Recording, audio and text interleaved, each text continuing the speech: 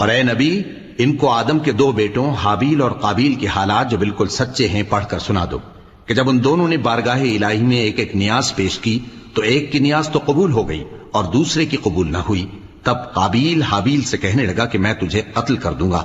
اس نے کہا کہ اللہ پرہیزگاروں ہی کی نیاز قبول فرمایا کرتا ہے، اگر تو مجھے قتل کرنے کے لیے مجھ پر ہاتھ چلائے گا تو میں تجھ کو قتل کرنے کے لیے تجھ پر ہاتھ نہیں چلاؤں گا۔ مجھے تو اللہ رب العالمین سے ڈر لگتا ہے، میں چاہتا ہوں کہ تو میرے گناہ کو بھی سمیٹ لے اور اپنے گناہ کو بھی، پھر تو اہل دوزخ میں سے ہو جائے، اور ظالموں کی یہی سزا ہے۔ آخر اس کے یعنی قابیل کے نفس نے اس کو اپنے بھائی کے قتل ہی کی ترغیب دی تو اس نے اسے قتل کر دیا، پھر خسارہ پانے والوں میں ہو گیا۔ اب اللہ نے ایک کوا بھیجا جو زمین کریدنے لگا تاکہ اسے دکھائے کہ اپنے بھائی کی لاش کو کیسے چھپائے۔ کہنے لگا، ہائے کمبختی، مجھ سے اتنا بھی نہ ہو سکا کہ اس کوے جیسا ہی ہوتا کہ اپنے بھائی کی لاش چھپا دیتا۔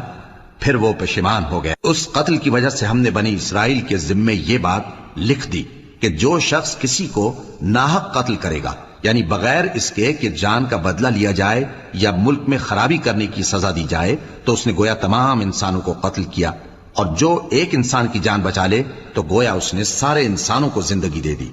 اور ان لوگوں کے پاس ہمارے پیغمبر روشن دلیلیں لا چکے، پھر اس کے بعد بھی ان میں بہت سے لوگ ملک میں زیادتیاں کرنے والے ہیں۔ جو لوگ اللہ اور اس کے رسول سے لڑائی کریں اور ملک میں فساد کرنے کو دوڑتے پھریں، ان کی یہی سزا ہے کہ بری طرح قتل کر دیے جائیں یا سولی چڑھا دیے جائیں، یا ان کے ایک ایک طرف کے ہاتھ اور ایک ایک طرف کے پاؤں کاٹ دیے جائیں، یا ملک سے غائب کر دیے جائیں۔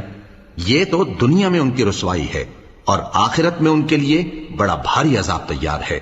ہاں، جن لوگوں نے اس سے پیشتر کہ تمہارے قابو آ جائیں توبہ کر لی تو جان رکھو کہ اللہ بخشنے والا ہے، مہربان ہے۔ اے ایمان والو، اللہ سے ڈرتے رہو اور اس کا قرب تلاش کرتے رہو، اور اس کے رستے میں جہاد کرو تاکہ کامیاب ہو جاؤ۔ جو لوگ کافر ہیں، اگر ان کے پاس روئے زمین کا سب مال و متاع ہو اور اس کے ساتھ اسی قدر اور بھی ہو تاکہ قیامت کے روز عذاب سے بچنے کا بدلہ دیں، تو ان سے قبول نہیں کیا جائے گا، اور ان کو درد دینے والا عذاب ہوگا۔